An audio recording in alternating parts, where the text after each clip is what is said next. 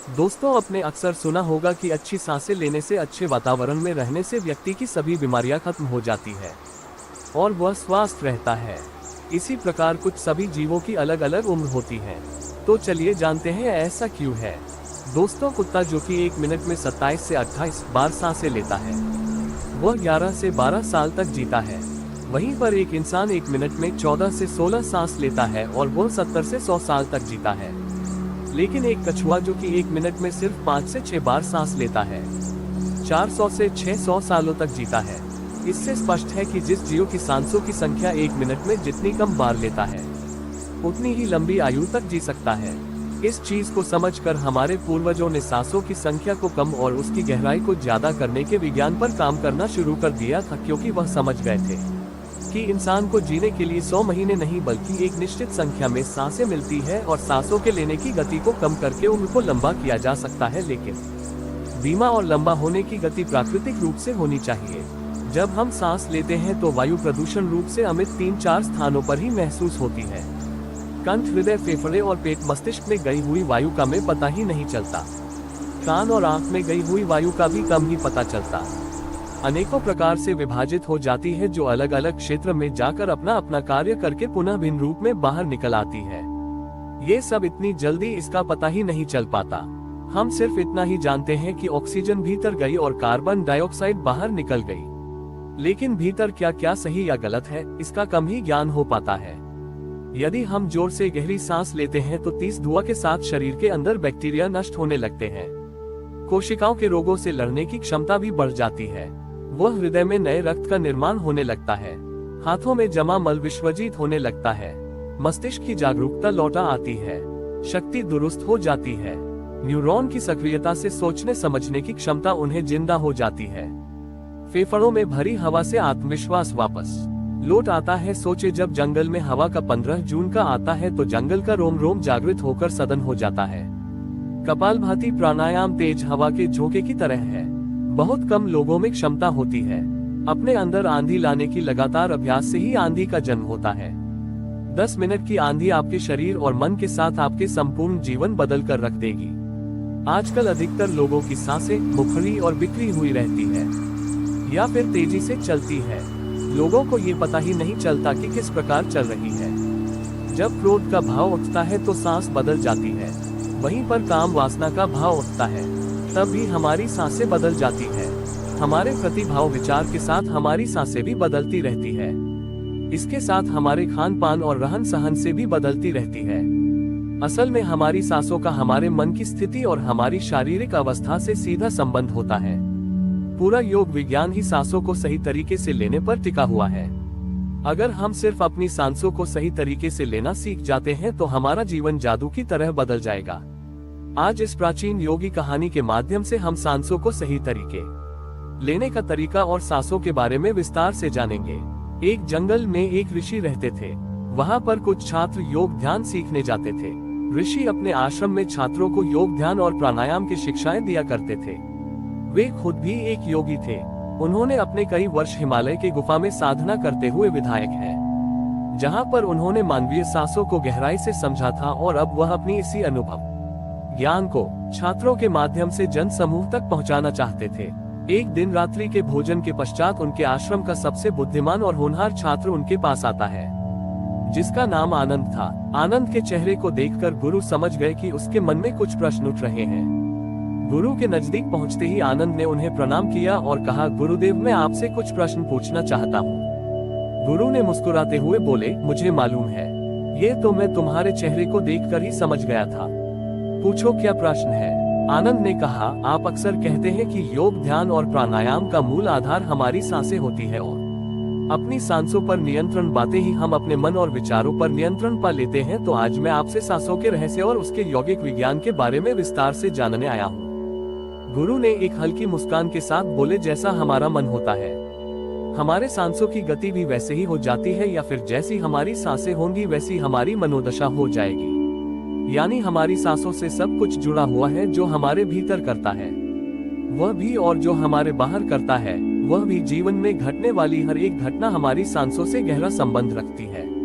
मतलब कि अपनी सांसों की गति पर नियंत्रण करके अपने मन और विचारों पर नियंत्रण कर सकते हैं। अगर तुम किसी सच्चे योग्य साधक को ध्यान से देखो तो तुम्हें उसके चेहरे पर एक गजब का ठहराव दिखेगा। एक सच्चाई होगी, पूरी से पूरी परिस्थिति में भी खुद को स्थिर और शांत रख सकता है। एक योगी अपनी भावनाओं को नहीं बल्कि अपनी सांसों पर नियंत्रण हासिल करता है और उस सांसों को नियंत्रित करते हैं।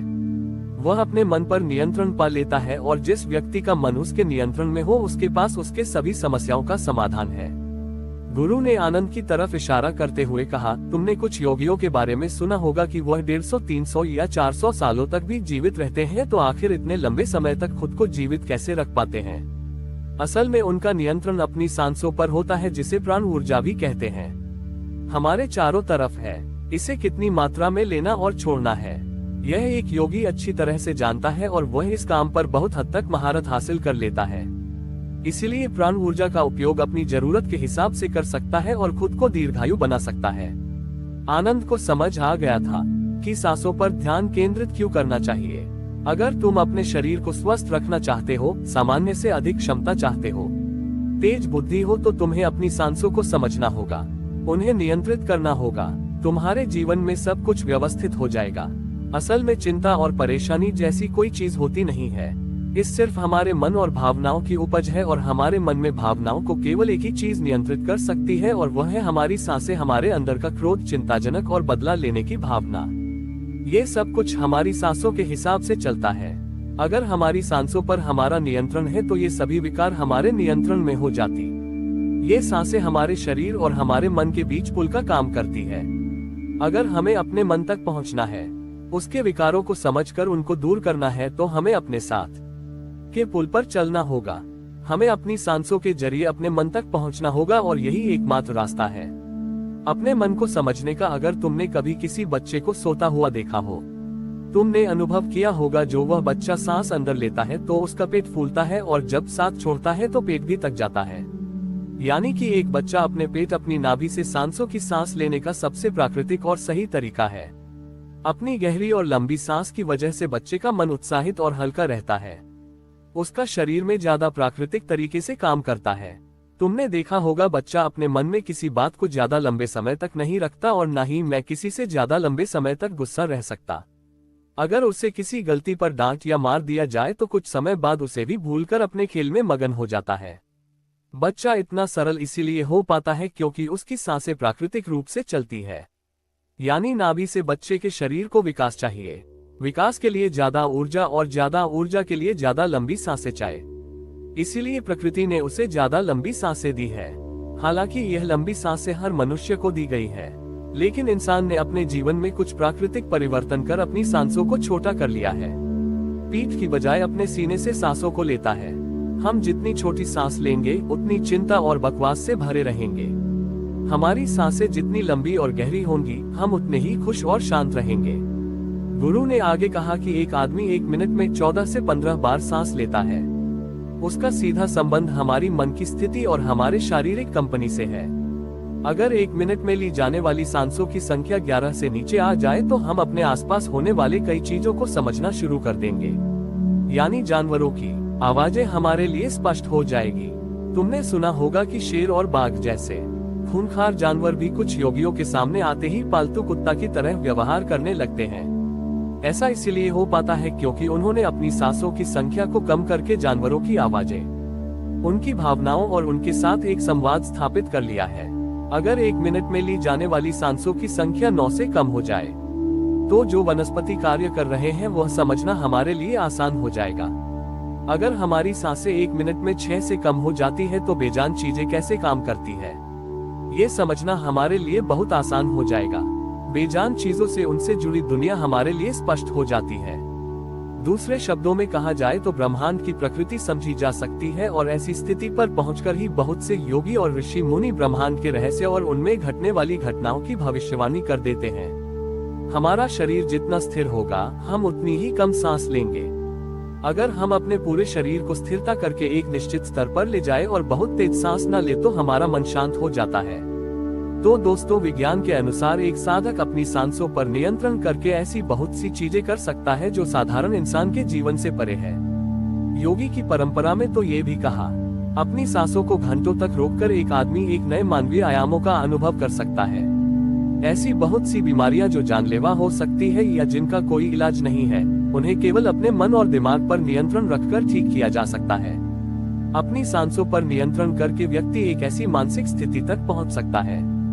जीवन में आने वाले उतार चढ़ाव उसे परेशान नहीं कर सकेंगे। कुछ लोग ये सब बातें कहानी लग सकती है आपको, परंतु सच है, क्योंकि आमतौर पर लोग ऐसा नहीं करते हैं और कोई भी चीज जिस पर उन्हें यकीन नहीं होता उसे अंधविश्वास कहकर नकार दिया जाता है।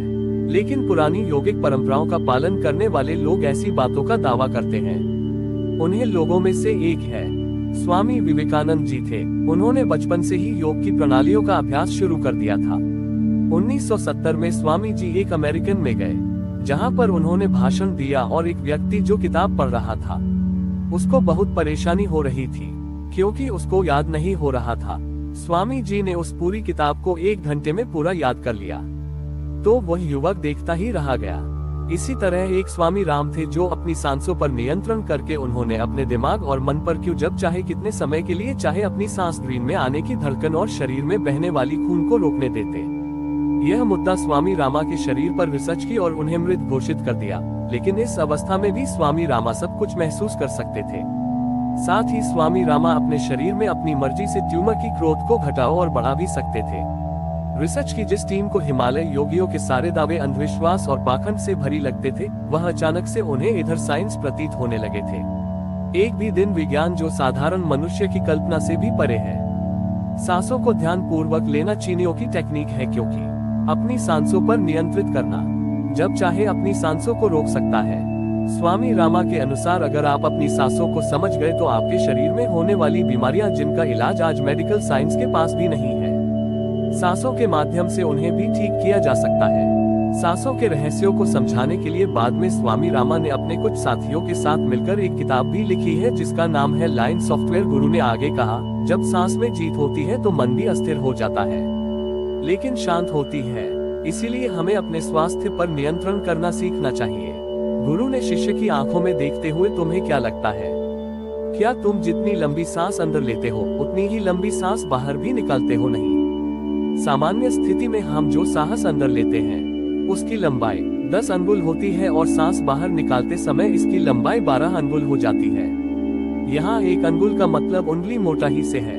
हमारी रोजमर्रा की जिंदगी में कुछ काम है ऐसे होते हैं जिन्हें करते समय कितनी लंबी सांस अंदर जाती है उससे कई गुना ज्यादा लंबी सांस बाहर निकल जाती है। भोजन करते समय बाहर निकलने वाली सांस की लंबाई 15 से 16 अंगुल होती है। तेज चलते समय इनकी लंबाई 21 से 22 बोर हो जाती है। दौड़ते समय निकलने वाले सांसों की लंबाई 45 से 50 अंकों तक पहुंचाती है। संभोग करते समय 50 से 60 अंगुल, सोते समय नींद में बाहर निकलने वाली सांसों की लंबाई 60 से 70 अंगुल तक पहुंच जाती है।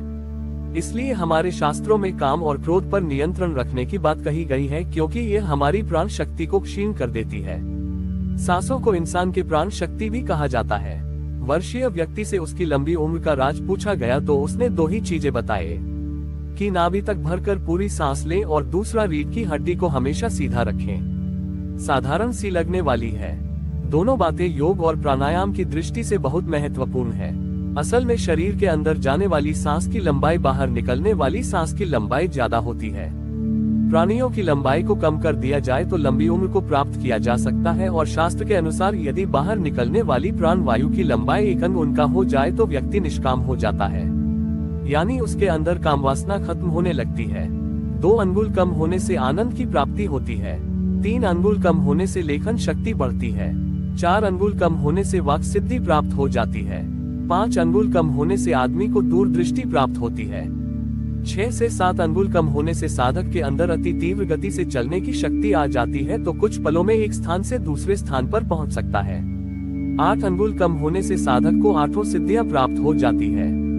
पवन पुत्र हनुमान को 8 सिद्धियां प्राप्त थी, इसलिए उन्हें नवनीत के दादा कहा जाता है, क्योंकि उन्होंने 8 सिद्धियों को प्राप्त कर रखा है। 8 सिद्धियां हर इंसान में होती है, जरूरत है तो इन्हें जागृत करने की। बाहर निकलने वाली सांसों की लंबाई 12 अंगुल कम होने पर योगी को इच्छा मृत्यु प्राप्त हो जाती है। फिर वो जब चाहे तब तक खुद को जीवित रख सकता है, लेकिन ये सोई हुई शक्तियां केवल तभी जागृत होंगी जब मन में इन्हें जागृत करने की तीव्र अभिलाषा मन में होगी और मन का स्थूल रूप स्वश है। इसीलिए सबसे पहले सांसों पर नियंत्रण करना होता है। भगवान शिव पार्वती को बताते हैं कि रात में ईडाना दी और दिन में पिंगला नारी को रोकने में जो सफल हो जाता है वही असल में सच्चाई होता है। और दोस्तों, हमारे पुराणों में बहुत कुछ दिया है, लोग उसे पढ़ना नहीं चाहते हैं। उसमें जीवन जीने से लेकर किशोर कैसे रहा जा सकता है ये भी बताया गया है। व्यक्ति को पढ़ना चाहिए, इसमें ईश्वर तक पहुंचने का मार्ग भी है। दोस्तों, आज इतना ही, फिर मिलते हैं नेक्स्ट वीडियो में। और अगर आपने चैनल को सब्सक्राइब नहीं किया है तो सब्सक्राइब कर दे। तब तक के लिए प्रणाम, अपना ख्याल रखें। नमो भगवते।